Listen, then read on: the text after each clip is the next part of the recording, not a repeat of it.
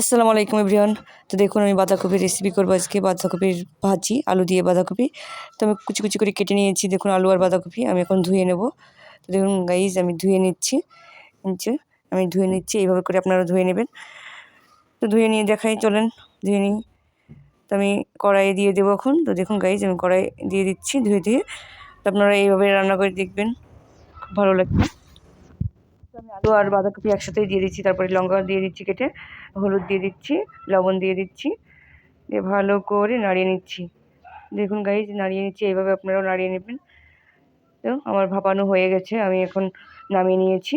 আমি কড়াইয়ে তেল দিয়ে দিচ্ছি, তারপরে হচ্ছে পেঁয়াজ কুচি দিয়ে দিচ্ছি। পেঁয়াজ কুচিটা লাল লাল করে ভেজে নেবো। তো দেখুন গাইজ লাল লাল করে ভেজে নেওয়ার পরে আমি তেজপাতা দিয়ে দিচ্ছি, তেজপাতা আর হচ্ছে একটু ফোড়ন দিয়ে দিচ্ছি। দেখুন গাইজ দিয়ে দেওয়া হয়ে গেছে আমার। আমি এখন তরকারিটা দিয়ে দেবো ভাজার জন্য। তো দেখুন আমি ভেজে নিচ্ছি, এইভাবে ভাজলে খুব টেস্টি হয়। তো আপনারা বাড়িতে ভেজে বলবেন, কমেন্টে জানাবেন কেমন হয়েছে রান্নাটা। তো দেখুন গাইজ আমি এইভাবে করে ভেজে নিচ্ছি, একটু লাল লাল করে ভেজে নেব। ভেজে নিয়ে হয়ে গেছে আমার। দেখুন গাইজ কত সুন্দর হয়েছে। তো ভাজা হয়ে গেছে, ভালো লাগলে লাইক কমেন্ট শেয়ার করবেন। তুলে নিয়েছি বাটিতে করে। দেখুন গাইজ ভালো লাগলে লাইক কমেন্ট শেয়ার।